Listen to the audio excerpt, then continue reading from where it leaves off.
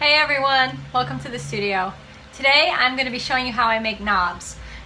That's right, knobs. Knobs are awesome. You want to know why knobs are awesome? Because knobs are not just a knob. A knob could be a finial, a knob could be a bottle stopper, a knob can be a drawer pull, a knob could even be a button. So it's something simple, it's actually really easy to make, and actually pretty fast to make a bunch of them. And I think everybody should know how to make a knob. So I'm going to show you quickly. So this will be a short little video for me here, and it'll give you a basic idea on how to make a knob. So I have got a couple pounds of clay already centered on the wheel here just to save time.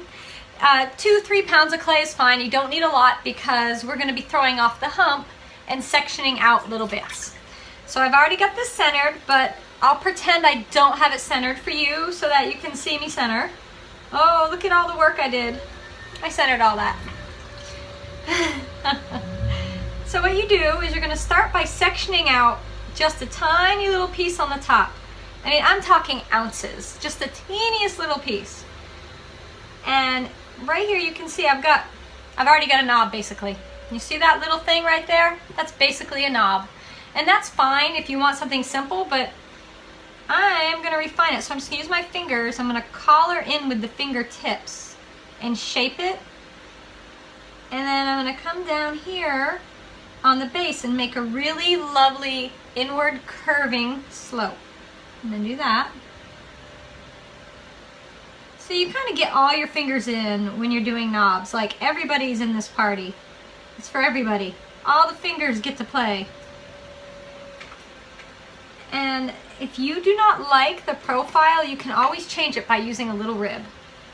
And I like the little tiny ribs that Mud Tools makes for this. You can also use a little wooden rib or your fingers. So that's basically a knob. So this is a knob that I would put on top of a teapot or a jar, like a sugar jar, or maybe on top of a lamp, if I was making a finial. This would work for that as well. This would not work for a bottle stopper the way I made it, so I'll do a bottle stopper next. Let me take this off, just using my fettling knife, and I basically just let the knife ride along it and cut it so you can see. Look at that tiny little knob. Super cute. So that could be a drawer pull as well. All right, now let's make one that's a bottle stopper. So I'm again sectioning off a little bit. And you can make them as large or as small as you want. It just depends what you're going to put the knob on. I'm going to make a little point at the top. I like them to look kind of like those churches that the tops of them, the onion style in architecture. It's the only thing I can think of. Moscow, they have them there. The churches there, Russian Orthodox churches, have those beautiful like onion tops. That's kind of what I go for in my knobs. Also minarets. Those architectural details make great knobs. So this one, I'm going to make a stopper. And you make it just like you do the ones that you're going to put on a lid, except you want to make sure the base is longer and that it tapers inward. This could also be the same way you make a finial. I'm just going back with my fingers, I'm just collaring in with the fingers. I'm basically pinching these fingers together like this. So you pinch them together, and it takes a bit of practice, but once you get it, it's actually really easy, and you'll be thinking, oh, why didn't I do this already? Why haven't I done this before? I'm getting ready to cut this guy off.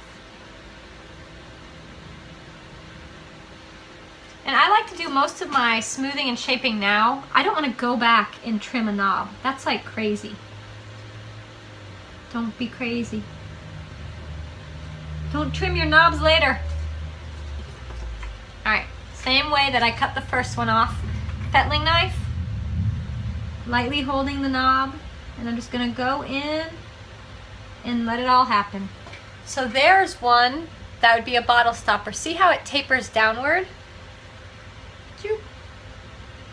And I'll make a little flat button. So let's make a button, and that'll be the last one I do for today. Sectioning off. Buttons can be any size or shape. Of course, you'll want to use some nichrome wire after to make your little loop to put in it so that you can sew it on something.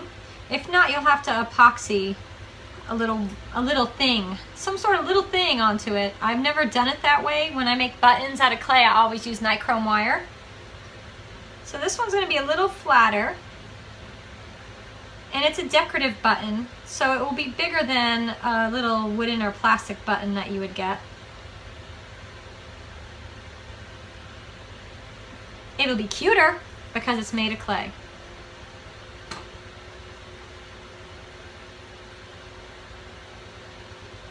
I'm just pressing down with my thumb, making kind of a simple shape.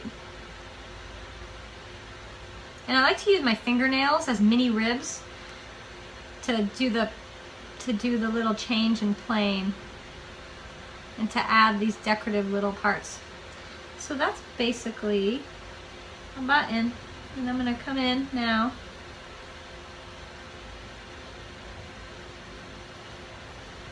Same thing, collaring in a lot. And I'm actually going to cut this mostly off with the knife. So I want it pretty flat. And everything is slippery, the hands are wet, and that's what you want. Button. So there's a very decorative button. So let me put that here. So I've quickly thrown in just a few minutes a knob, a stopper, and a button. Now, any one of these could be turned into a drawer pull. All you do is attach the screw to it, and you'll have to hollow it out a bit. You know, there's all kinds of ways of doing that, and that's on the back end. So if that's something you're really into, do some research, check out drawer pulls and see how they attach the screws to it in the store, and then just maybe buy one and take it home and use it as a reference. The same thing if you want to learn to make finials. You know, look at finials that are around you, look at knobs that are around you, look at buttons, and then maybe do a few sketches, and then get into the studio and make your own. So I hope this helped, and I would love to see you guys try making knobs, buttons, or finials, or bottle stoppers, any little thing like this. And if you do, share a picture of it on my Instagram page or on my Facebook. You know, that'd be so great. Alright guys, thank you for watching. If you don't subscribe to me yet, please do. If you enjoyed this video and found it helpful, give me a little thumbs up. I thank you for all of that. And I hope you guys have a wonderful day. I'll catch you next time in the studio.